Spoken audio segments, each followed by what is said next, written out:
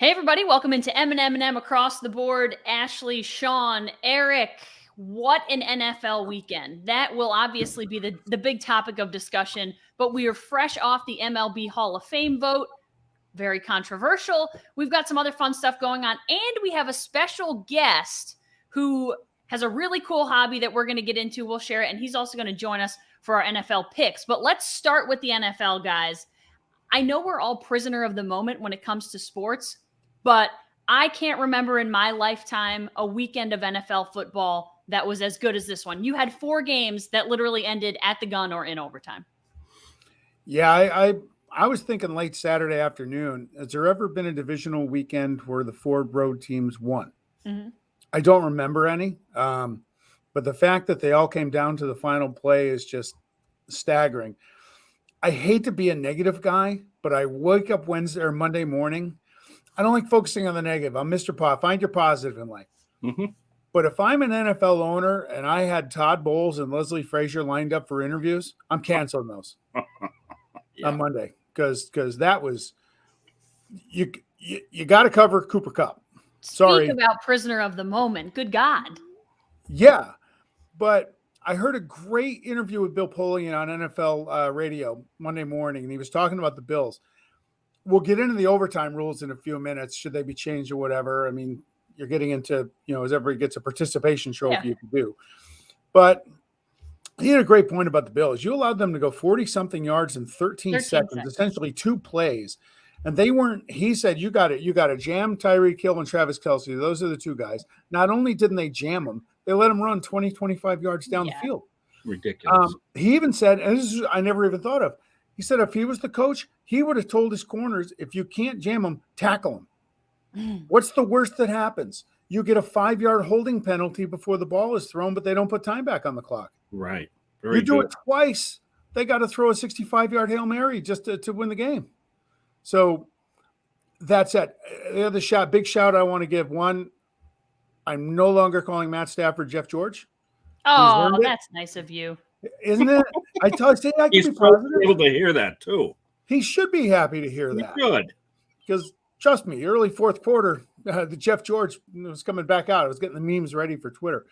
But also the 49ers, to go on the road, tough spot, didn't score an offensive touchdown. They won the game. Special teams, you got to play all 3 facets. I don't know who this Packers special team coach is. Woo! Not going to have a job anymore. Not going to have a job. I'm not sure. He wasn't going to have a job before that game, but he's definitely not going to have a job now. No, he had a bad year. Those are the observations. You know what? In Cincinnati, almost made me feel better about the Raiders' loss. I really like Joe Burrow. If you gave me a quarterback, said you want to start a franchise with, I would take him over Herbert for sure. Maybe even Mahomes because – I take all of those guys. Well, with Mahomes, you get his wife and his brother and their TikToks, and that's just nauseating for an old guy like me, and I can't deal with that. Well, if you're not on TikTok, it shouldn't nauseate you. No, but they post all that crap on Twitter and then whine about the negative publicity they get. I want to start with Mr. Positive is like also Mr. Get Off My Lawn. Yeah. Hey, I'm a man of many moods. I want to start with my beloved kickers. Did they come through this Oh, weekend? baby, this was your week, Eric. How about Evan McPherson? Who is this kid? Okay. He's got ice in his veins. He said right before Burrow as they're heading out, we're going to win the AFC Championship game. Get excited to go. It's like, oh, my God. And he makes 4 of them, 2 over 50, the winner. The thing that stood out, Ashley, that perfectly describes this weekend.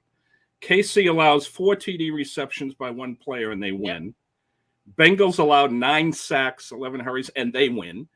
San Fran doesn't even score an offensive touchdown in Green Bay in the playoffs, and they win. And the Rams lost 4 fumbles, and they win. So to all of you who live with us in the state of New York, go ahead and play the new sports online gambling with the NFL. I will pass. Thank you very much.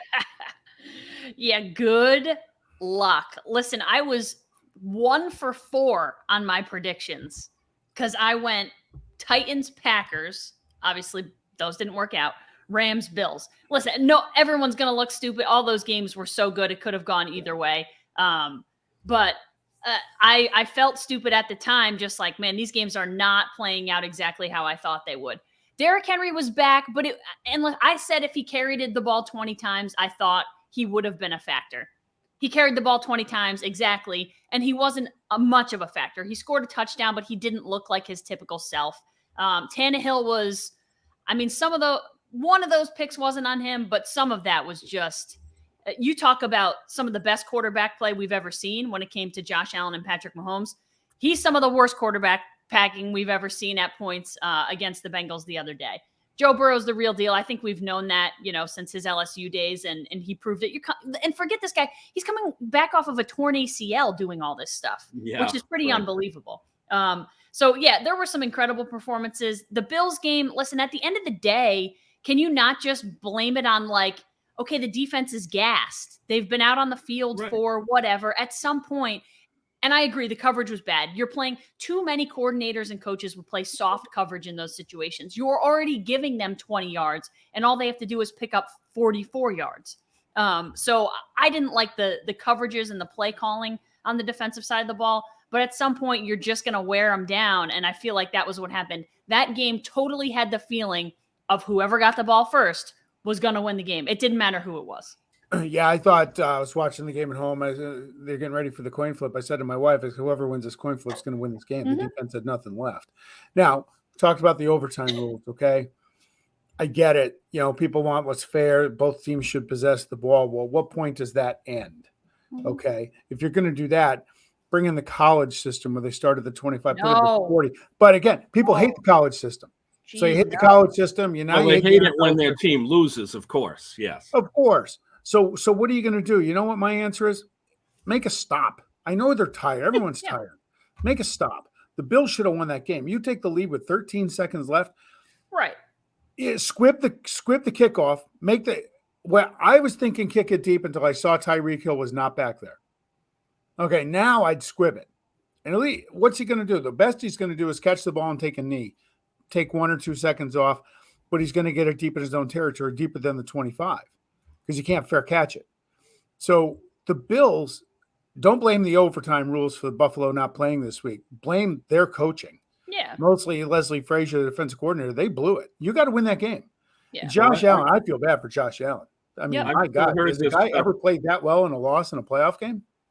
I have heard this stuff since 2018 when Brady, they won the toss and they beat KC in OT.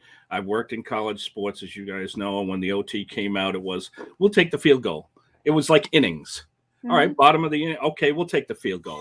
It turned 13 to 10 games into 64-60 games. It was ridiculous. If you're going to do anything with this, then you've got to do, if you're going to do innings, then you have to force them to do TDs. Or I do like the rule that if there's an interception, the game's over. But play by the rules. I agree with that. And hats off to Kansas City, because no team has ever hosted 4 straight AFC championship games. In this parity, in this league, that is remarkable. And that's after everyone, listen, when they were 4-4, we were all acting like the world was melting and like something had happened to this team it was catastrophic and that they were never going to be the same team that they were. And oh, by the way, now they're probably the favorite to win the Super Bowl at this point. We call that wishful thinking in my world. What's that? We call that wishful thinking. Yeah. That they were done. Yeah, that's what happens. No, I know. I get the reaction. It's immediate reaction because it was the type of game that you don't want anyone to lose. It was like, if both of those teams could win, let's put them in the AFC Championship game. Heck, let's make it. I saw stuff about, let's make it a best of 3 series. Just put those two in the Super Bowl and let's watch this again over and over and over. And I think most fans, aside from the fans of the teams that are also left, would probably get on board for that. If you're going to do anything to change the overtime rules, which they have changed them, they force you to score a touchdown to win as opposed to a field goal. So they've changed them a little bit. If you're going to do anything, you play a quarter. You play a full quarter or you play a 10-minute quarter, and you play out the whole 10 minutes. There's no first score wins. I can't imagine a scenario where the Players Association and the owners are going to agree to that. But maybe it's just a playoff rule. Maybe when you get to the playoffs and you get to overtime, you play out a 10-minute quarter even. Yeah, as you started bringing that up, I was going to add, if you do it for playoffs, I think everybody would probably be on board. I get why you don't do it in the regular season. You don't want to wear everybody out. The team, I want to give a shout out, definitely, we'll go back to the Rams. They, up 27-3, they did everything humanly possible to give that game away. Yeah, poor starting Cam. with the Cam Akers fumble right before halftime. It was 23. I mean, they tried everything possible. And, when Tampa tied the game late, you're like, this game's over. Tom Brady's not going to lose this game. And then they did. So you got to give the Rams credit. They played great. They almost coughed it up, but they rallied. And I mean, that's a talented group there. It's interesting also. There was projections that the Ram at SoFi this week would be 50-50 split between the Rams and the 49ers. The LA market is not a Rams or Chargers. The Chargers have 7 fans, and I think the Rams have about 50. So it'll be interesting. But the Rams have now put in, they're not selling tickets in certain zip codes. It should be illegal, first of all. I.e. North. But what's worse? Do you have a 50-50 crowd, or you have a possibility of a bunch of empty seats?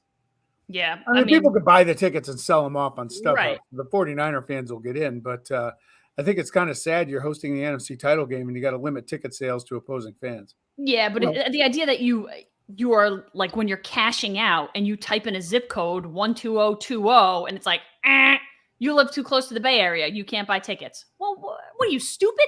Just take the money. Take the money and shut up. They're going to buy concessions. They're going to buy beer. They're going to drink. Yes, Just exactly. take the money. That's ridiculous. Well, John, and I know they're not the first team to do it, but if there's 30 Ram tickets, well, then all 30 can get the 30 available to the public Super Bowl tickets, because the 75,970 others will go to other teams, to corporate sponsors, etc.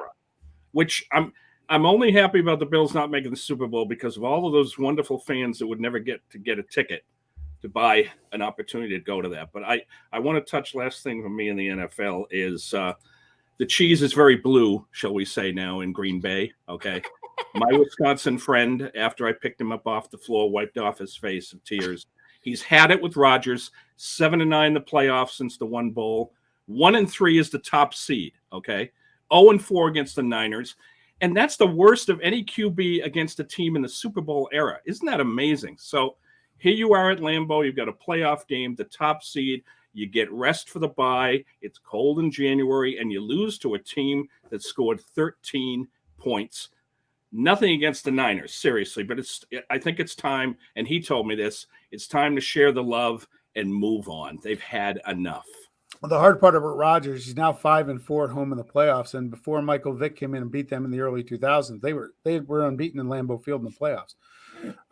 They went down in their first drive and got a touchdown. And that's that drive. That's it. First quarter. Yeah, I thought, ooh, this is on. It was like minus 9 yards at the end of the first, right? Minus 9 total offense for the Niners. If you went to bed, you thought it would be like 30-0 final. For me, Sunday at 8 o'clock, 8:30, or even right before the Chiefs got the ball the last time, I was like, my God, what a great football weekend. Rodgers, I'm tired of him. I'm tired of what he's brought outside of football lately. That's his own business, but I'm tired he's portraying himself as a victim. You're going to have opinions. Actions have consequences, okay? He's entitled to it. But I was like, my God, Rodgers could be out of here. Hopefully that old fossil in Tampa, his career is finally over. Sorry, Eric. Talk about wishful thinking. Good. Yeah, I know. Retired. And then possibly they're all going to be playing might be next getting year. done. Mahomes might be getting. I'm like, my God, this could be the greatest football weekend ever. And then Leslie Frazier didn't cover anybody. So no. Yeah, listen, Aaron Rodgers will in all likelihood win league MVP and probably deserves to. Yeah, he but does. The offense wasn't good.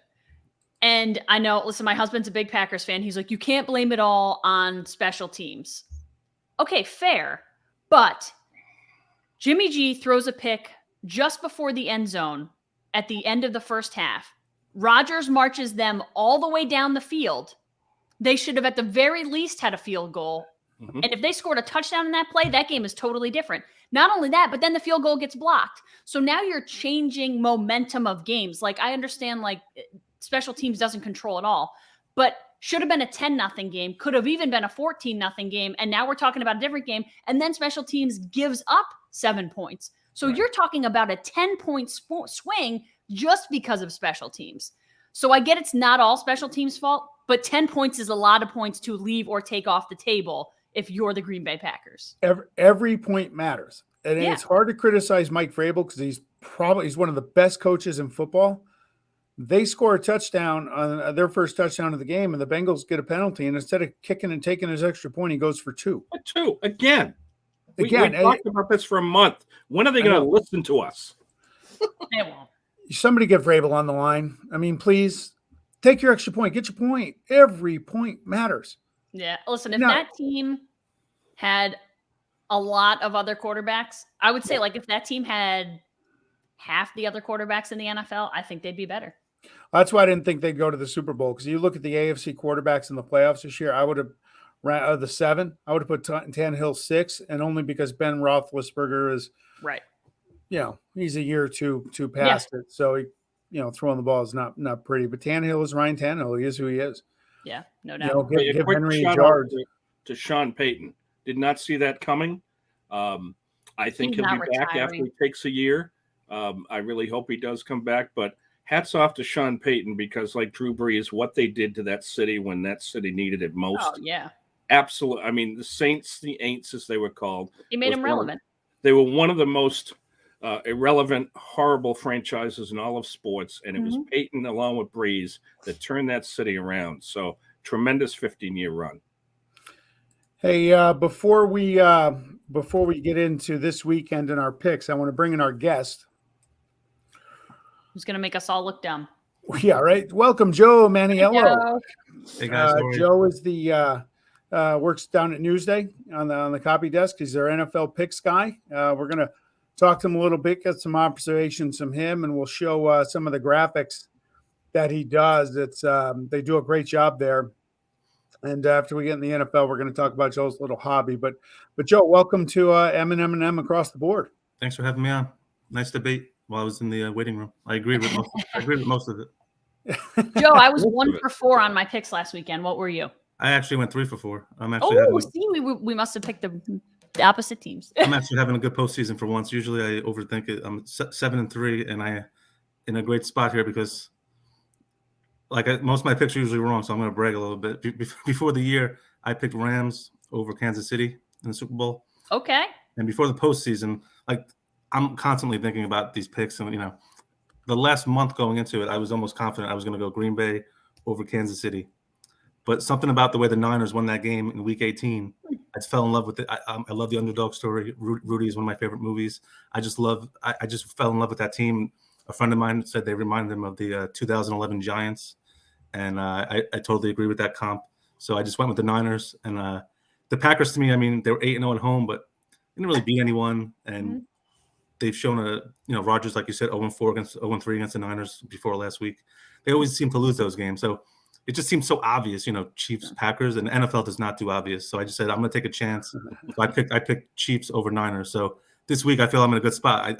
I don't see the Chiefs losing at all. I mean, I'd be shocked if the Chiefs lost that game. Yeah. But I think they're guaranteed to get the Super Bowl.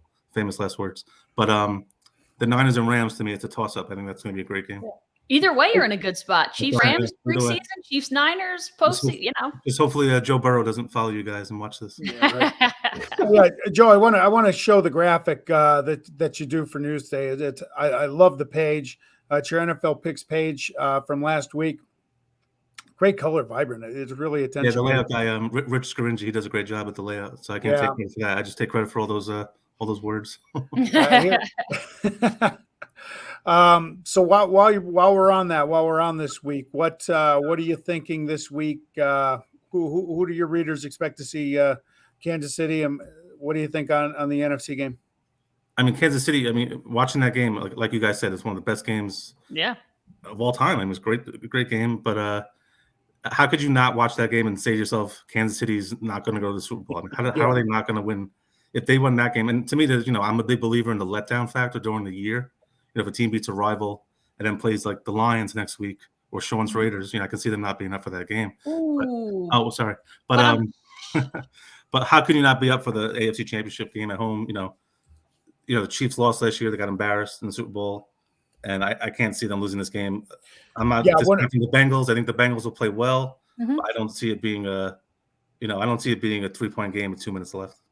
Yeah, I think Kansas. I think that game will be close into the third period, and the Chiefs will kind of pull away, maybe win it by 10 or so. I think the other thing going for the Chiefs, there's no letdown. They went to Cincinnati near the end of the year and got beat. I was bringing that up when the too. Bengals clinched the division. So they're not overlooking anybody. They've seen the Bengals recently, and they know how good they are. And in the NFC, I'm only going on one stat. It's very hard to beat a team 3 times in 1 year in the NFL. San Francisco has had LA's number since Kyle Shanahan's been there. I think the Rams get there and get to the Super Bowl. Just to piggyback on that, I totally agree with the point about the Bengals. To me, that was the worst thing they could have done was beat the Chiefs in Week 17. They had the tape. Well, the tape is there. I mean, they see what they did wrong. That play, Jamar Chase caught like a 12-yard slant and went to the house in 10 seconds. Yeah. They're gonna fix that. I mean, the Bengals. I'd be shocked if the Bengals won this game. I think it'll be close. As you know, but they'll pull away. I did pick the Bengals. I've been on the Bengals train. I really believed in the Bengals, but I think they're running into a buzzsaw right now. And I think the key is it could be an offensive shootout, but it's going to come down, I think, to Chase. And when you get Charvarius Ward in the secondary, he is going to make a big impact on him and keep Chase covered. We haven't seen a lot of good coverage lately. The only coverage are blankets in the bed, but not in secondary. So I agree with guys. I think KC is in a role and they are on a mission and they're going to be extremely tough to beat. And I like the Rams now as Stafford is getting comfortable and the toys that they picked up, the big toys that they picked up are making the difference. So I can especially on defense. And Rams. I mean, they're no joke on defense. That's the other thing. Like their offense can put up 30 points and they can do a great job on defense as well. I'm going to go. Certainly, I'm not going to be dumb enough to not pick the Chiefs. Listen, if the Bengals win, it's going to be one of those like, who are you that picked the Bengals? Realistically, unless you're a Bengals fan, who's picking the Bengals? But we've said that all season long, basically. Like, who's picking the Bengals? Okay, they just keep winning. I wouldn't be stunned if it happens because so much has happened in this NFL season, regular season and postseason that I've been sort of surprised by. But yeah, I'm going to pick the Chiefs and I'm going to go Rams too. I just think they're super hot. I like watching the Niners. Sometimes it's a struggle, but I love watching Deebo Samuel. I don't love Jimmy G. I don't think he's almost to me a little bit like Tannehill in that I think if they had a more dynamic quarterback, they could do more, but they have weapons on both sides of the ball that I really enjoy watching. I just think the Rams are clicking at the right time, as are the Chiefs. And they always say, playing your best football in the postseason, those are the 2 teams I'm going to go with. All right, so we all agree on the Chiefs, and you all 3 took the Rams. I'm going to go with the Niners here. All right. I'm sticking with my pick before the playoffs started. They own the Rams. They won 6 in a row. I think Shanahan and McVay are 2 of the best coaches, so yeah. I think that's a great rivalry. But I like the Niners here. To me, all of the pressure is on the Rams. If they win, they get the home game at the Super Bowl. Yeah. And as one of my followers on Twitter said, how crazy would it be if that's the Super Bowl, Kansas City Rams? Kansas City will have to play back-to-back Super Bowls at their opponent's home stadium. That's amazing, right? It's incredible. Yeah, that all the pressure's on the Rams. And I think the Niners are actually the better team all around. And Jimmy G, I think he gets a bad rap. I mean, he's not a top 10 quarterback by any definition, but he took them. It wasn't him, but they went to the Super Bowl 2 years ago. He didn't play his greatest game, but they have so many weapons. You mentioned Deebo Samuel, George Kittle, the running game, and they had their number. I agree with Sean. I mentioned that a lot sometimes. It's hard to beat a team 3 times in a season, but I think the 49ers have something special here, and I think it's going to be a close game, and I wouldn't be shocked if it went to overtime again. Well, the Niners team is two years removed from having the Chiefs on the ropes in the fourth quarter of the Super Bowl. They had that game won. Yep, they did. Yeah. I still say Nick Bosa was held on that 44-yard completion to Tyreek Hill, and they didn't call it. It was one of the – I couldn't believe they didn't call it. And, yes, I had the Niners in that game, so very good. Still stings. So Joe, you also have a hobby, okay? I wanted to give you can give out your Twitter handle if you want. Joe, you run your brackets. You've been doing brackets. I'll explain the origin of it. It's something I look forward to every single night. Thank you. Mostly 9 o'clock if you're working. I know it might be a little later. You drop your brackets. I'm usually the guy that puts in the Caddyshack meme. If it's 9:01 from Judge Smales, it's we're waiting. Let's go. So currently, right now, you have SNL actors and actresses in there. My Final Four is almost 3 of my Final Fours still alive: John Belushi, Phil Hartman, and I can't remember. Dana Carvey beat Gilda Rad. Oh, Chris Farley. Tell us about the origin, how you got this started. It is, if you had asked me one favorite thing about Twitter, this is it. I love it. Can I get that in writing, please? Can you tweet that later? Sure, I'll tweet it. I appreciate that. Well, I've run the March Madness pool for years, so I've always loved March Madness. And ironically, I kind of not into it anymore because I'm more into the Twitter brackets than the actual college hoops. I'm not a big college hoops guy. But a couple years ago, a friend of mine, Mike Gavin, and I, big Seinfeld and Curb fans, and we liked the idea of just putting up like all the Seinfeld characters on one side and all the Curb Your Enthusiasm characters, and we did a bracket form on Twitter. And that was in 2019, and it went well. You got a couple, 400 votes. People were into it. And then I didn't do one again until March of 2020. We did Billy Joel songs, and being working at Newsday on Long Island, he's huge on Long Island. Billy Joel is Long Island. So that Piano Man won them, right? Yeah, Piano. It was very predictable. It beat. I'm still upset about it. It beat Scenes from an Italian Restaurant. I wanted that to win. Wow. But, I had that one right. I've had a few right. Yeah, not but all. The thing is though, like it happened at the perfect time because I was doing it anyway. I figured let's do it around March Madness. It's fun, we do a non-sports one so people who aren't into college hoops can get into it. But then sports ended. The pandemic happened right like the day before I had planned. So literally it was like the only game in town. People were so into it. It got like the final had I think over 2,000 votes. And then a few months later I was thinking about doing the Beatles one and I wasn't sure. And I put a poll out there and people were saying do it. And that one got a lot of play. It got finished with over 100,000 votes between the whole all the polls. And from there, I just got hooked on it. I just started doing we did Tom Hanks movies, we did favorite wrestlers, we did Super Bowls, home runs. It's mostly music and like movies and TV because I feel like sports, not everyone is as passionate about every sport, whereas everyone has an opinion about my favorite movie or my favorite song. So I did a lot of decade 80s music, 90s, 80s, 70s, 60s, and those were like some of the most popular because everyone, I like that song more, I like this song more. So people are really, really passionate. I thought I was opinionated, but you should see some of the people on my Twitter. It's wild. Joe, I just want to show the viewers a few others, especially the ones I got right. The great movie posters, Jaws. Oh wow! I mean, I don't do the design. My friend Naeem does it. He's a great Photoshop designer. He does it for me. So I'm not good with computers. Scary Movie's obviously the big one on that one, right? Yeah, Jaws. But this was just on the poster. This was like one just of those poster. Yeah. I tell people like, please just vote on the poster. Like, don't vote on the movie. But I think they got it right. I mean, Jaws, Silence of the Lambs. In sports, the Imagine if Twitter was around bracket. Yeah, Eric, you probably like this one. This to me. I always had like a reason I do the brackets. I love to debate. I love to I'm a big what if guy, hypotheticals. Yeah. I love to rank things. My brain is just wired for ranking things and listing things. So I always had this idea could you what would be the biggest stories if Twitter was around? So Twitter, I think debuted in like 06 or 07. I think right before the Tyreek catch or right around there. So that was like the cutoff point. So right away you think of the one thing that we didn't include was the I had people help me sometimes. So one thing we didn't include was the OJ car chase because that would have won. It would have ran away with it, pun intended. But we have the winner was Miracle on Ice, which is obviously a worthy winner. But to me, when I think of Twitter, when I think of things that blow up on Twitter, I think of negative things. So to me, Malice in the Palace should have won this bracket. I mean, could you imagine being at Twitter on a Friday night? I was in the office back in, 04, I think, or 06. I remember sitting there saying, what? Ron Artest just hit somebody in the stands? I mean, Twitter would have broken. I mean, it would have shut down. So or Tyson. I was going to say, I don't know, the Holyfield ear thing. I was just going to say that too. That was another one that went to the Final Four, I think. Yeah, that's a shocker. Something that's like a little more of like a wow factor. Yeah, you know how that takes off. Exactly. If Schilling, by the way, if you have anything from Schilling, he said he doesn't want to be the winner, by the way. The greatest home runs in baseball history as well was a fun bracket. I don't know if Schilling gave up any of these home runs here. But actually, he probably did it. Oh, I'm sure. Where was the fifth Game 6 homer? Because I was there for that game. Oh, that went to the Elite Eight. No, went to the Final Four and lost to Mazeroski's walk-off.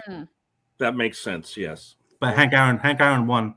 To me, obviously that was a super important one and a worthy winner, but I would have went with Mazeroski only because it won the World Series. Oh, and also I think my personal winner, not just my opinion, I thought the Kirk Gibson, the drama surrounding him, one at bat, could barely walk, and he hits a home run off of Eckersley. To me, that is my opinion for the greatest home run. But that lost in the Final Four. Well, the Mazeroski one, not just for the Pirates, but knocking off a dynasty. I mean, Casey Stengel got fired out of that. I think that's a great selection, but you got to go with number 44.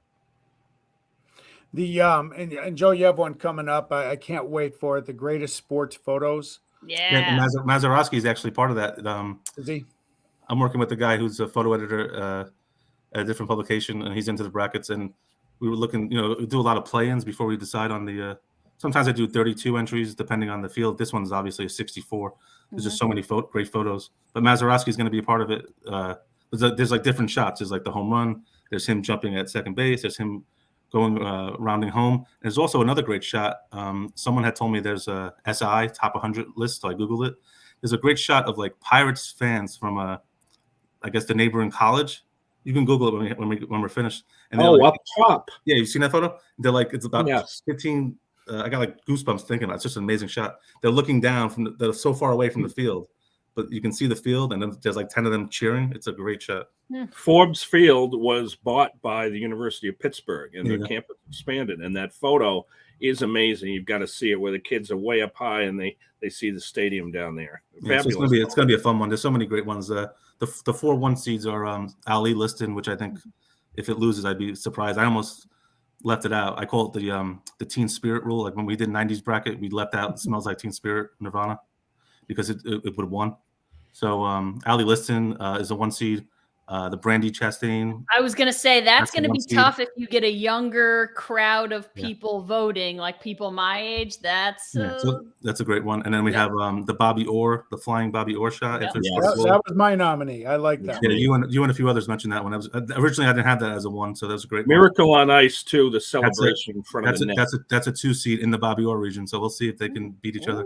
And then the other number 1 is the Secretariat shot. When he has a huge lead in 73 Belmont, when the horses are like on the LIE, he came 50 lengths apart. Yeah, exactly.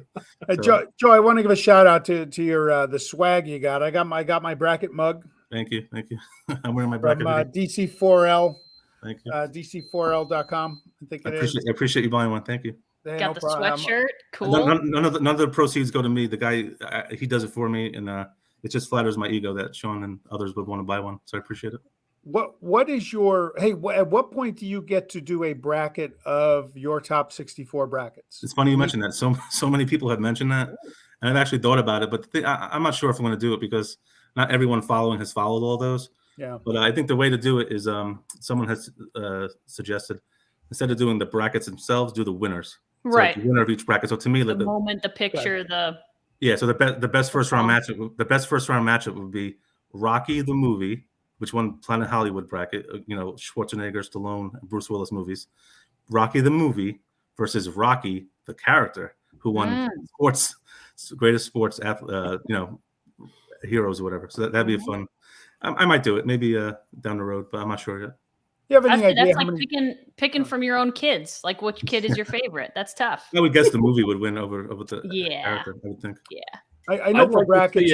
Bracket. Go ahead, Sean. At the end, you always post how many votes. Do you have any idea how many votes have come through since you started this for all of them combined? All of them combined? No. I know that the Beatles won. A few famous. Keith Olbermann got involved in the Beatles. He loved it, and the votes were like 1,000 without him, and then when he started retweeting them, like almost double that, 2,000, 3,000. So the Beatles one is the record that has over 100,000. But on average, it depends on how many entries there are. 64 or 32. So, fewer polls when there's 32. But the SNL one, for example, every poll is consistently getting about 1,000 votes. So it's been over 60,000. People are into it. People are so passionate about and also, the pandemic has a lot to do with it because more people are home. Yeah. And they're looking for distraction. I can't tell you how many people have told me it's such a great distraction from all the craziness in the real world. So it means a lot. I can't wait to start voting. We'll do a podcast based in upstate New York of the best podcast by sports with 2 media members and an old PR guy. Can you let us know, and we'll start adding we'll be votes. all over that. You guys are going to get the Teen Spirit rule. You're not going to be included. What about you? Also kind of have a Star Wars rule, right? Well, we did 80s movies, and the thing is, like, to me, it's a fun thing, and like some more people think a lot more work goes into it than it does. Like, I don't think it's like I said, my brain's wired for it. So to me, it just I can just do it. So, but there is work that goes into it. Sometimes we do it, like we held a draft, so like a fancy football draft where people pick it, and so I don't have to hear everyone say, "Hey, how could you make that the 4th seed?" Blame that guy; he picked it in the 4th round. Right. But if there's a guaranteed winner, I'll leave it out because what's the point of doing all that work and then having So like Smells Like Teen Spirit, we did that with, and also Star Wars for the 80s movies. But when it's over, what I'll do is I'll take that entry and put it up against the Final Four and see if it would have won. See if it would have won, and it usually does. Yeah. Joe, how can people find you on Twitter to follow these brackets? They are a must see. I get my kids down, I get them a bath, I get them their pajamas on, I give them to bed, I relax for a little bit, and I open up Twitter and I wait patiently. I appreciate that. I'm blushing. It's just my name. It's at Joe, Joe _ Maniello, Manniello. And like Sean said, I usually do it around 9:30 Eastern time. So I always feel like people are on Twitter at night. People, like you said, you put your kids to sleep, or you're sitting around trying to watch a show, but you can't stop looking at your phone. People are on Twitter at nighttime. I feel like, they love to vote, and you get to give your opinion on everything. As people love Sean, they're all so passionate. Now you have some people that are a little too passionate, though. Oh yeah, too much. I don't want to get into that. Okay. Sean, you're not one of them? Oh, I get angry when my people lose. He's talking about people who are like, oh yeah, no, make it into something it's not, and like, yeah, it's fun. You got to keep it fun and keep it real. I got to have a little bit of fun, but don't get crazy. Was I upset the other night when Gilda Radner lost to Dana Carvey? Yeah, I was, but I got over it quickly because the church lady was pretty good on the SNL, and it blew my Final Four. But but that's all good. So hey, Joe. It's been great having you on the show. I really appreciate your time. Thanks so much for having me on. Yeah, thanks so much. Go Niners. Thank you, Joe. A lot of fun. Go Niners. We'll talk to you next week when the Niners win and all of us look like if they win, I'll be on 12 o'clock. No waiting room this time. I'm coming right in. All right, sounds good. Guys. Nice meeting you. Thank you later, Joe. Joe Maniello and his brackets. Joe _ Manniello on Twitter. You can find us at MMMATB1. Well, maybe we'll start sharing some of Joe's stuff, getting it out there. I got to get Jen, and we're going to play the 80s songs bracket. That'll be a lot of fun. Good. Right. Yeah, it's a fun little thing. Yeah, he does usually one, like the SNL. I think it looks like it's going to be a 2-week run. Yeah, it's a long one. That's what I was scrolling back. I'm like, this is going on forever. Like he gets some, even like the music ones from the different decades.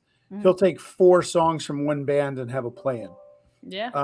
And it is a lot of fun. So it's a good thing.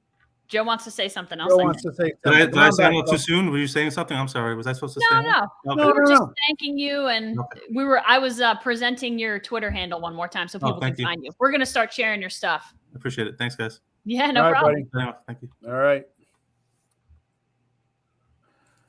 I was gonna say he liked it so much he wanted to come back. Exactly. Already. We were that good. New year, new goals at Mohawk Honda. It's a new year with new goals, and start your new year right behind the wheel of a new or pre-owned vehicle that fits your budget and your New Year's resolutions. Stop into Mohawk Honda and check out our broad selection of pre-owned inventory. We're here to find the right make, model, and price point to fit your budget. Our goal is to help you meet your goals. Let Luis the VIP Man Morales, Jake Hot Sauce Doyle, Cars with Turns Svoboda, or Mark from Clifton Park Ellis Jr. connect you up with the perfect deal. And right now is the perfect time to get top dollar for your trade-in with the Kelly Blue Book Instant Cash Offer. Same day check in your hand the day you trade in your vehicle. Just ask for Brian, buy with B. Mac McKenna, Mike Benice, Nicole Ozer, or Cam, let's do a deal McKenna. Again, all of our sales and leasing consultants will make your New Year's automotive goals their top priority. Start the new year right with just the right deal at Mohawk Honda in Glenville, where they always go out of their way to please you. All right. Well, you want to have a number before we hit the Hall of Fame? Sure. Our number of the month. We've had a lot of fun with this, and it's not the whiteboard, but here's the number. The number is 12. Pretty fitting, you would say, this week for the discussions, and both Sean and Ashley, we'll hear from them in a minute with their top 3. So in a week when we have 2 famous 12s, not sure about their future, it's fitting that 12 is the number of our month. And we'll start with number 3, Terry Bradshaw. Steelers drafted him in 70, and what an era began. It wasn't about the stats with him, not the numbers. It's just about the W, folks. Led the Steelers to 4 Super Bowl titles, MVP in 78, Super Bowl MVP twice, 8 AFC Central titles, and a Hall of Famer in both pro and college, and his number 12 is retired in the Steel City. Number 2 to me is John Stockton of the Utah Jazz. When you think of Stockton, you think like Simon and Garfunkel, Batman and Robin, Stockton and Malone. It's a package, buy one, get one free. One of the greatest tandems ever in the NBA. Voted one of the 50 greatest players, led the Jazz to 19 straight playoffs. Unbelievable. Yeah, Started ridiculous. 1,300 games, NBA leader in assists 9 straight years, and career leader probably forever in steals and assists. And, of course, a big member of the Dream Team in 92, possibly the best sports team ever assembled. Hall of Famer, number 12 retired in Salt Lake City. Number 1, stunning, shocking Tom Brady. He was a 6th-round pick in 2000, saw one game that year, rookie year. He was 4th on the depth chart. Nice job scouting, everybody. And he told Robert Kraft, quote, "You will be glad you drafted me." Right, kid.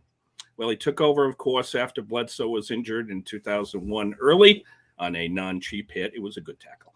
And he led the Pats to their first title. I was fortunate to see him play in Pittsburgh in the 01 AFC title game. We would never need another whole show. We'd need to talk about all the numbers. So we're not going to say that. We'll just find out his status this spring. Wish he'd gone out last year with a title. But suffice it to say, Mr. Kraft is pleased that he drafted Tom Brady. And the Hall of Fame awaits, as does his number 12 retirement in Foxborough. So, Ashley, the number 12 is on your lap. Yes, sir. Ours are same without the fact that I reversed. I went Stockton 3, Bradshaw 2, Brady 1. Like you said, you can't say enough about all of those guys. I think the thing that put Bradshaw above Stockton for me was winning titles. Anytime you win a title for me, that's kind of what puts you over the top. Yeah. Outside, I picked my favorite baseball player. Roberto Alamar was just outside my top 3. Loved watching that guy growing up. Just, one of the greatest second basemen of my era. 12-time All-Star, 10-time Gold Glover. Loved watching him. But, yeah, I couldn't put him ahead of Stockton, Bradshaw, and TB12. And that's the thing. Like, you see the number 12 now, and, like, it's so ingrained. He's made this freaking, like, he's made his number he's made a whole company around TB12. I see the number 12, and that's all I think is Tom Brady. For me, I'm going to list 4 because I think Roger Staubach deserves to have his name mentioned here, so I definitely want to mention him. Yeah. I'm going to go 3, Jim Kelly. He gave Buffalo fans something to cheer about. Mm-hmm. Post OJ system, but even his OJ's era, even that team never made the playoffs, I think once or twice, but never really a threat to go anywhere. Jim Kelly gave Bills fans hopes. I was living out there the summer when Jim Kelly finally signed.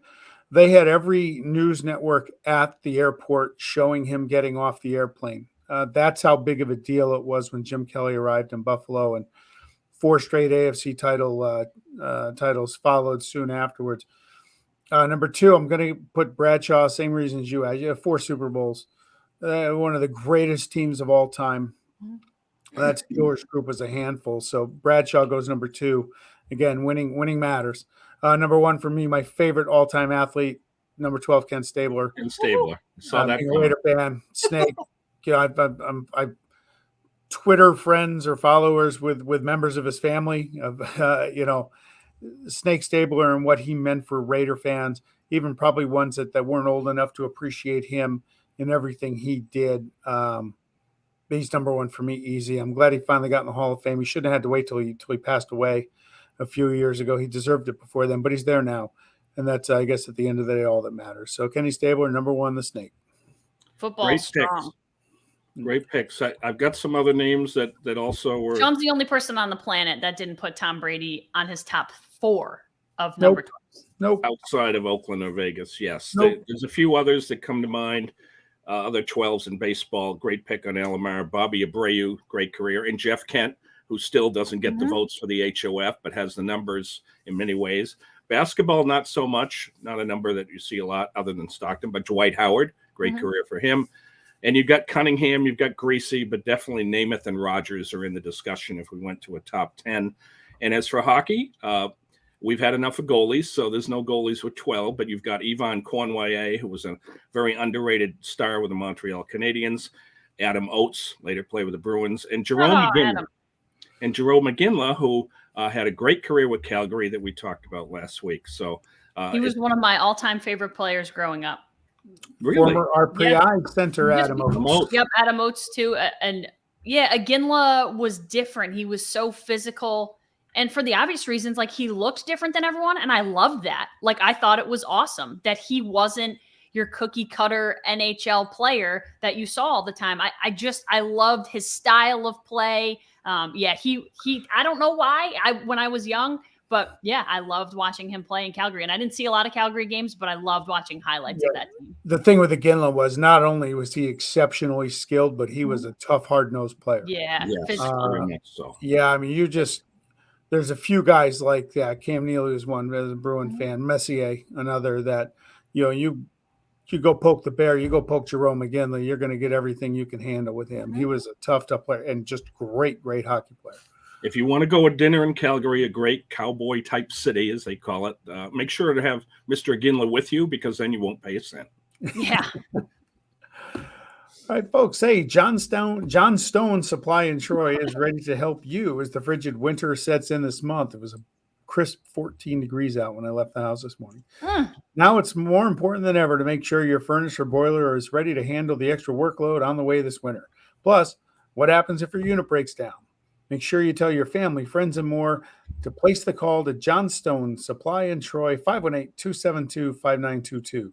The crew at John Stone Supply will give you the advice you need to get out of that dilemma and figure out the best solution for you.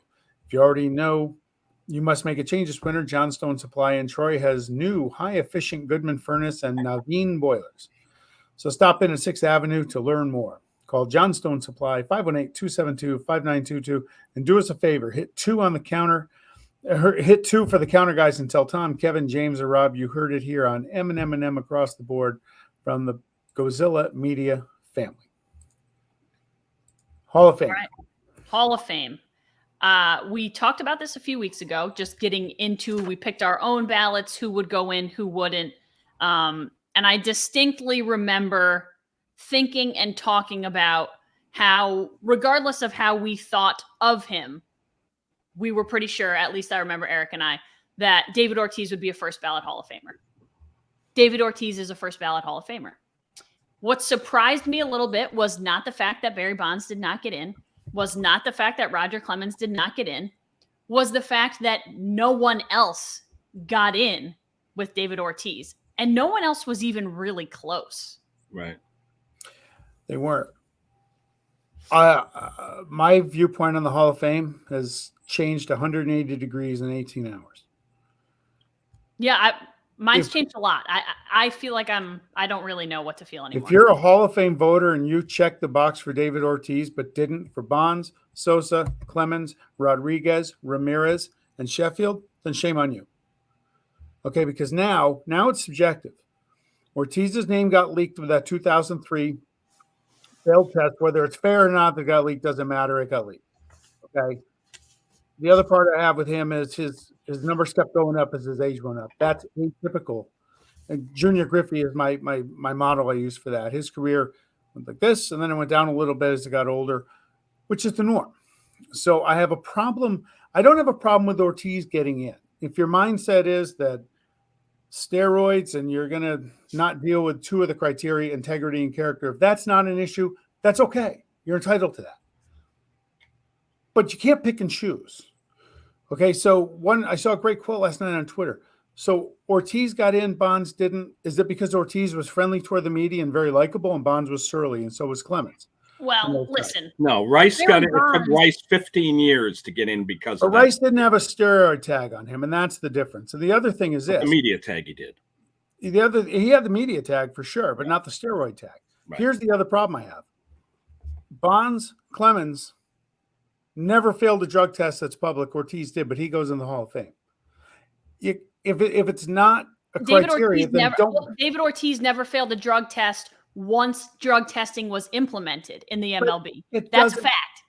But they did it in 2003 and they were going to keep it quiet. He still failed the test. Again, whether it's fair that it got leaked is whatever. It doesn't matter. He still failed it. It wasn't an MLB test. And what did he test positive for? You don't know. You know what? Nobody knows. But if he really wanted to come out and remove all doubt, come out and talk about it. This is what I think it was. This is what it came back. But this is what I took, a supplement that could have gotten confused and triggered a false positive. He said that. He didn't get It's specific. MLB that won't release what it was or how much of it was. He could have done whatever he wanted to do to remove all doubt. Okay, and that's my point. I think To he's me, denied more than anyone else. Denied, but Barry Bonds has never admitted it, unless No, I you're know a federal grand jury. There's another difference. I was going to say, there's also another difference. How much of my lifetime was spent watching Barry Bonds and Roger Clemens marched into a courtroom with Balco and all of the drama surrounding that? That's David Ortiz's entire career was so different than the two of them. All right, I have to do this. Sorry. Go ahead. You're an Ortiz guy. Let's hear it. There's no stats. We've heard the stats, but take a look at the video of a young minor leaguer that blasted home runs in front of Griffey and A-Rod in 96. Okay, he couldn't afford Skittles then, never mind PEDs. A-Rod even said, "Who is this?" All right, take a look at Barry Bonds before and after. Okay, there's no debate if Bonds took steroids. No, I'm going to keep going here because maybe the crab cakes at the Bay. I've had them. They could do a number and fill things up. Eric, you're off base on that. You're off base on that. Let's go to Mr. Clemens. Yeah. Okay? There are a lot of great steakhouses in the Big Apple. Maybe that's what got him to that size. So now that brings us to Ortiz. Here's David Ortiz as a twin, okay? 2003. You can see how tiny and little Davey was as a twin. That argument's insane. But I'll tell you why why. is that insane? Steroids doesn't necessarily have to increase bulk or your head size like it did Bonds. Okay, yeah, but it did it to all the big names. Not all of the big names. Not all of them. It didn't do it to Rafael Palmeiro. Okay, it didn't do it to all of them. It didn't do it so much to Pudge Rodriguez, who's in the Hall of Fame. I think he was a cheater too. Same with Piazza. Pudge is short, but he's big. Well, Craig Biggio, he's been suspected for years. He doesn't look like a steroid guy, does he? Not this big muscle mass.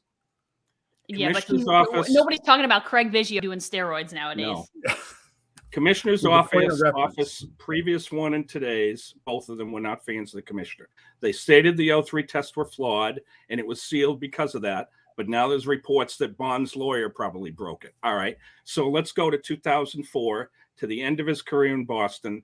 As I actually said, he never failed any test. There were over 6. He was never suspended. His numbers were great because he was a home run hitter, but he never failed a test. So lumping him in with the criminals and the ever-growing girth of these other guys, to me, is a disgrace. And I'm going to take the votes of Costas, Verducci, Gammons. They're the ones that get the vote. They're the privilege. Yeah. And the members of the media, they voted him in. They didn't vote the others. They made you mentioned 3 or 4 guys. That Dan Shaughnessy covered Ortiz's whole career in Boston. He didn't vote for him. Why? Because he has a personal thing with him, just like people have personal things for the Bonds. Yes. Bonds never failed the test. Again, look, I think they should all be out. Okay. None of them should be in. They cheated. They cheated the game. That's part of the penalty. Those two, yes. Not those two. No, I think Ortiz is part of that. For me, he's lumped in, but they didn't ask me my opinion. Yeah. So today I get to give it. Listen, I don't disagree. There are a lot of things that I feel. One argument that I didn't mind was last night watching MLB Network. There was people like, "Oh, the writers failed. The writers." Listen, when it comes to Bonds and Clemens, 66 and 65% of those voters voted for them. Right. That's a majority. A majority of writers would still put them into the Hall of Fame. But guess what? It's not enough. So it's not fair to say that like most people don't think. No, most people do. Most people who are educated, cover the game, care about the game of baseball. Most people, 65% of people who vote in that Hall of Fame vote think Bonds and Clemens should be in. So I get it. They're not in because they didn't get 75%, but 65% think they should be in. So more think they should be in than shouldn't. I think at the end of the day, that's important to note. Like not everyone thinks they shouldn't be in. They just didn't get in because they didn't hit the mark. It shows me I've never been a Bonds or Clemens supporter. I don't think any of them should go in, but I think if you got to be consistent if you're a voter. Again, if you're going to put in Ortiz, okay, if nothing else, the suspicion is there. Okay, so you just throw it out, but you can't just throw it out for one and not the rest. You got to be consistent, because then you just become hypocrisy in a popularity contest. And I get it. Ortiz was loved in Boston, did great things there. He deserves it. Okay, but again, it's the other guys. And the only valid argument I see for Bonds and Clemens outside of those two, they were Hall of Famers before they started taking. We've heard that. Yes, they were. Okay. And that's a fair point. I still think they cheated and they don't get it for there, but really, it doesn't make it right. But the story is that Bonds didn't really get into it until McGuire and Sosa took all the headlines. Bonds was the best player in the game. And you watch these two guys in 98 transcend the game. And Clemens started to fall down a little bit in Boston. I don't think he started just until he got to Toronto when everybody there was. And he picked up the second half of his career from that. They're both probably Hall of Famers. That's the shame for them that they chose to go down that path. Yeah. Chris has this, he always uses this analogy, and I don't love it, but I'm going to throw it out there because it's interesting. You're up by 10 strokes in the Masters and you cheat on the 18th hole. You don't get the green jacket. Correct. It's not the same. I understand that. And I think there are probably better analogies to be made. But for Pete Rose, that's the analogy. Like, he cheated and he won't get in, or maybe someday down the road he will, but hasn't, right, because he cheated despite his career. So I understand, like, and that's not necessarily where my like hardships lie with this. I think some of it is a little bit more personality. We talked about a guy like Omar Vizquel, and we talked about Curt Schilling, those guys. Like, I know they're bad people, but at the end of the day, at what point do you have to put all of that away? Do you have to put away the fact that Barry Bonds was a total jackass and was not nice to the media? The fact that Curt Schilling is an idiot and told baseball writers to take him off the ballot. At what point do you have to say, I'm voting just on what this person did on the field? The steroids issue rises above that because it affects the game. The rest of it, though, I've come to kind of the conclusion, like, who cares if they're a bad person? And not who cares if they beat their girlfriend. That's not what I'm saying. But it's at what point do you not consider any of that and still put those people in the Hall of Fame? Well, you're right. But also, when they're doing the announcement last night, they read the criteria, and two of the criteria are character and integrity. Yeah. Right.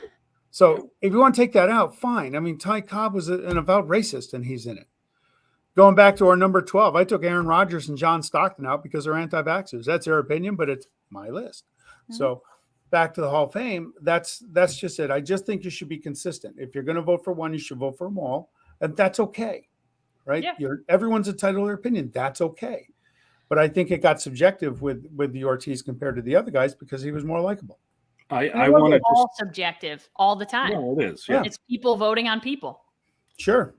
A couple of things I want to say, because I wake up this morning, I see them bashing the guy, okay? And I see the comments. So there's a few things people need to remember about this guy when it comes to character, okay? He created the David Ortiz's Children's Fund, which helps children in New England and the Dominican Republic that need critical pediatric services and special life-saving surgeries. They've raised $2 million. They've saved over 500 lives in the Dominican and his adopted city, not only in Boston, but New England, okay? We were down on a vacation in the Dominican. We wanted one of these Poppy T-shirts. They hugged us. They love him there. They love Pedro because it's a very difficult place to try to succeed.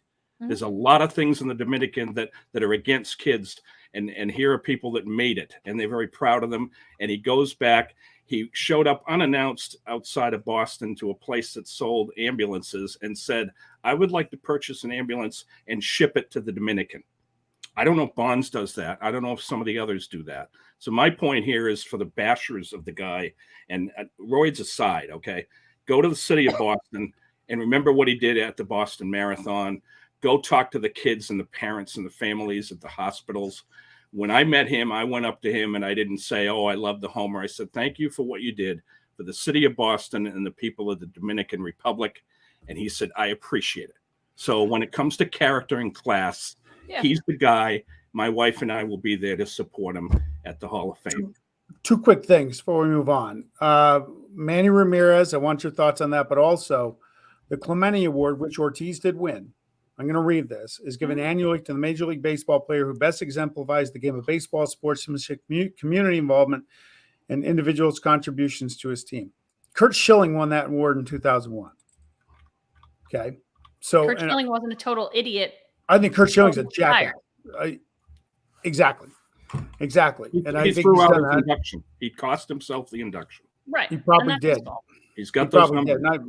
That's fine with me. It's a better place without him. It's just interesting that he is paying now for what he did, and I'm okay with that. Yeah, I think it's different. Listen, and we talked about this. There are people who felt like they had to do steroids to keep up with the Joneses. And maybe that was Barry Bonds feeling the pressure from Mark McGwire and Sammy Sosa. I get it. I understand it. I don't fault them. But I think, and this is going to sound crazy, I think you can have cheated in the game of baseball and taken steroids and be a good person. Because at the end of the day, you are doing physical harm to your own self. I understand, to survive in a league where it's hard to survive, but I don't think it makes you a bad person. Yeah. And I think that's the difference between David Ortiz and some of the other people out there is I think he is a genuinely good person. There are a lot of people who would tell you that, all the good that he's done, like you said, for Boston, for the Dominican Republic. He came from a very different place than a guy like Barry Bonds, than a guy like Kurt Schilling. He had it a lot different than those people. So I think that's the biggest thing is like you can, and there are others out there, you can be a steroid user and still be a good person.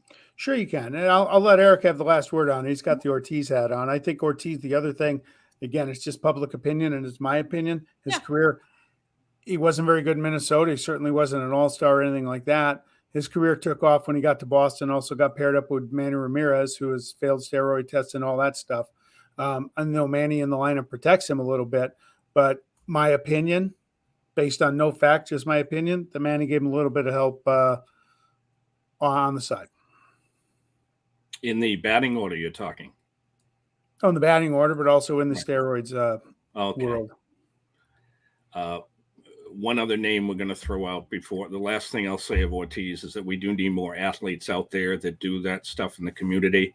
Yeah. So throwing everything else aside, I know it was a competitive time, but the bottom line is we need more people like that to light up a room that brings smiles to people. The name I want to throw out next year is an advance congrats to Scott Roland. I think you see all of these votes to these guys, the 60%, 70%, they're going to go somewhere, and it's not going to be a ton of great names coming on next year. So I think it's safe to say Scott Roland, tremendous career. St. Louis and Philly, you'll see him inducted next year and get the votes that he deserves. That they have. Andrew Jones moved up too, best defensive center fielder ever. 400 homers for Andrew Jones, best defensive center fielder ever. Yeah, I know. He only got 41%. I'm just surprised because they didn't vote for other people. Like, where did those votes go? And I get it. Like with Clemens and Bonds taking up 65%, I understand some votes went to them. But with nobody else getting in, I'm just a little surprised that some of those lower level guys weren't up a little more than they were. Yeah, I think the scrutiny will go down a little bit now that a lot of these guys have fallen off the ballot. Mm-hmm. Yeah. It'll go back to a little more normalcy because it does get crazy. I'm trying to figure out who the two people were that voted for AJ Pierzynski. Yeah, who knows? And that's the thing. It's like we talked about how it can be a very flawed system. Humans are flawed. We all have different opinions, but there are certain people who are just going to vote against either a team they don't like or a person they don't like because of that. And again, it's supposed to be, you're supposed to kind of try to be unbiased about it, but people are biased just inherently. So. All right. Whiteboards? Whiteboards. Who wants to go? Mine's not sports related. Okay. All right. We'll start this up. Don't judge. Oh, yeah, I forgot you're doing this. By its cover. Notice judge in caps. Yeah. Okay. Now, fans love to dump all over a coach who was fired from their team. They judge the person solely on wins and losses. Unless something bad occurred, then they will judge that on those issues. But sometimes there are good qualities inside the coach. Joe Judge, we've heard all the stuff on here and that there was hope that the Giants would make a move. And yes, they did. But he was gone. And yet TMZ, get a life, camps outside his home and makes comments. What? To rummage through his trash? Well, guess what? They saw a delivery of numerous pizzas and cases of beer. They then state that he must be having a grand old time celebrating his firing. No, he was doing that for his coaching staff and support staff. He didn't have to do that. It's not like he jumped in a plane out of town and didn't even stop by to see anybody or thank them and fly to his new job. Wink. The other example I want to bring up is this quote from a coach after the season ended, addressing the media at a press conference. And my two colleagues here would love to hear that too. First of all, I appreciate you guys. I know it's been a challenging year on a number of levels to cover the team and deal with some of the restrictions and so forth. So appreciate you supporting, showing a lot of patience and cooperation on that. I have a lot of respect for the players and the coaches, the team, the support people. This group's worked hard. They gave their best. It didn't work out the way we wanted, but the effort was there, and the cooperation and ability to adjust and professionally do things the right way is very much appreciated by me to you. Bill Belichick, yes, him. That was him. He didn't have to say that, but that's how he opened it up. So it's nice to see some positive things. So, and last piece, I've been part of support staffs. I've been ignored. I've gotten a ring. I think these two examples are important for support staffs as well as to the media. You appreciate them, respect their job, and give them sometimes the recognition they deserve. So don't always judge a book by its cover, even if it's upside down. I can't believe Bill Belichick said those words. All right.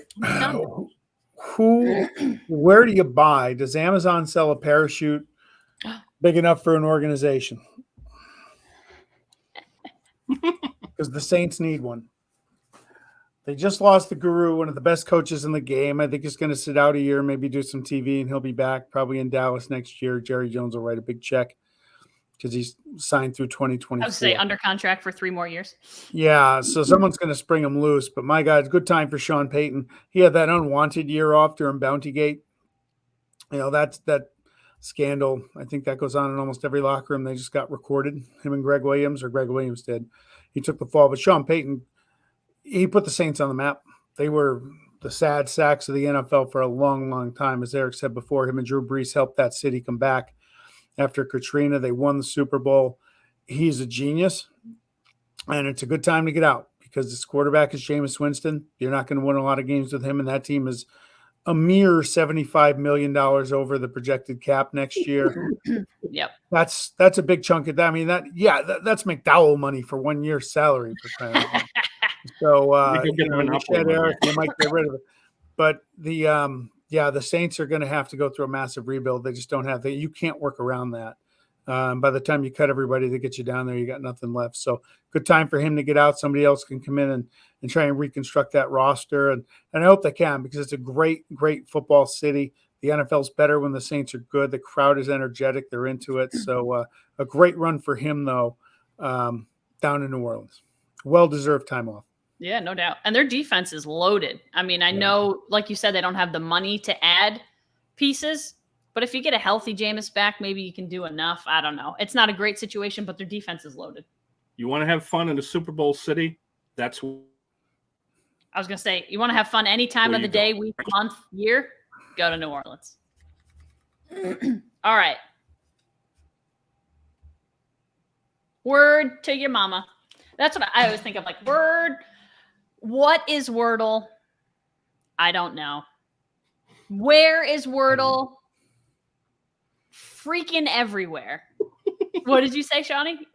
I don't know what it is. I see it popping up, and that's what I mean. So listen, I don't play Wordle. I know about 100 million people who do, because I keep seeing it pop up on my Twitter feed. These little green and yellow squares. The reason I want to talk about this is not because I have anything against Wordle. I hear it's kind of like Hangman. You pick a 5-letter word. They tell you where you're right, where you're wrong. You got to try and get it in 6 guesses, whatever. But then everyone like pushing their scores on me on Twitter. I'm like, okay, great. But I don't know what that means. Because if you don't play the game, you don't know what it means. You don't know what any of the squares mean, what the scores mean, anything. I'm just infinitely interested in trends, and whether they're like gaming trends or fashion trends or coaching trends. They interest me because, like, why? Why does this become a thing? Well, because everyone is doing it. So then everyone hops on. Like the West Coast offense, it was a trend. And now Wordle is a trend. And bell bottoms were a trend. And half the time they come back, and then they'll go away for a long time, and then they'll come back. I have not played Wordle. I'm not sure that I will get involved in Wordle. God bless all of you who do. I hope you have a great old time and enjoy the word games. I play like Candy Crush, though, so I guess it's not that much different, except I guess Candy Crush, you're not really using your brain as much as Wordle. At least you're educating yourself. But yeah, I just want to talk about Wordle because I think it's interesting, and I think trends tend to like apply to all worlds of life, all facets of life. So that's all I want to talk about. Okay, very good. Wordle. Bird is the wordle. What's the Wordle? You weren't invented when bell bottoms were being worn by Sean and I, were you? No, I don't do denim. So but I was a bit like not exactly a bell bottom wearer in junior high school, but I still wear a good flare bottom. Like even now, I know straight leg jeans are a big thing. I wear both. I have probably like 3 pairs of straight leg or like skinny jeans and 3 pairs of like bell bottom-ish flare jeans. And someone said that to me the other day. You still wear like a flare bottom? I'm like, yeah, that's like my childhood. I'm not giving that up. There you go. Well, thanks for joining us, everyone. Apple, YouTube, Spotify. Next week we'll be on.